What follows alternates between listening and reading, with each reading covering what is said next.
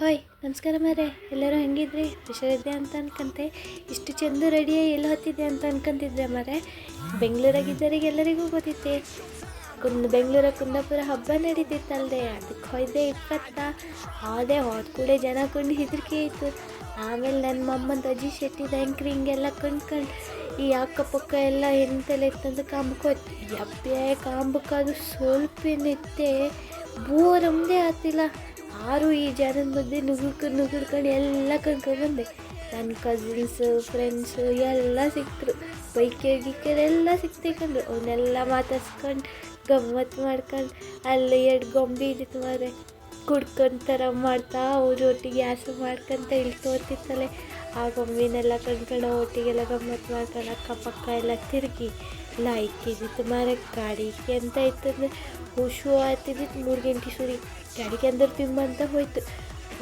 ಕೋಳಿ ರೊಟ್ಟಿ ಕಡಿಕೆ ಕೋಳಿ ಸಾರು ತಗೊಂತೈತಾ, ಗಮ್ಮತ್ತಾಯ್ತು. ಕೋಳಿ ರೊಟ್ಟಿ ತಿಂದು ತುಂಬ ದಿನ ಆಯ್ದಿತ್ತು.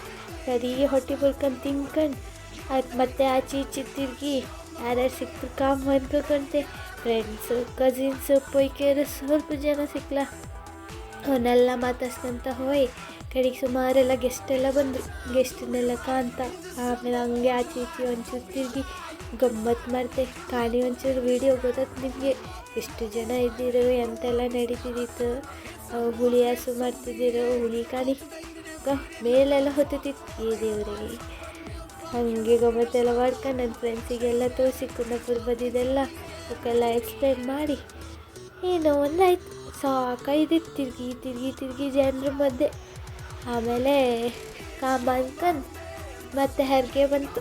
ಜನ ಜಾಸ್ತಿ ಇದ್ದಿರೆ ಕೂಕಂಕೂ ಅಲ್ಲಿ ಜಾಗವೂ ಇರಲಿಲ್ಲ.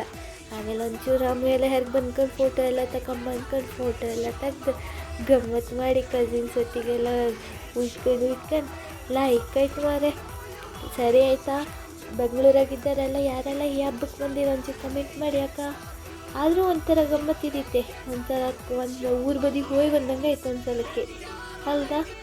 ಸರಿ ಬತ್ತೆ ಅಕ್ಕ, ನೆಕ್ಸ್ಟ್ ವೀಡಿಯೋದಲ್ಲಿ ಸಿಕ್ಕುವ.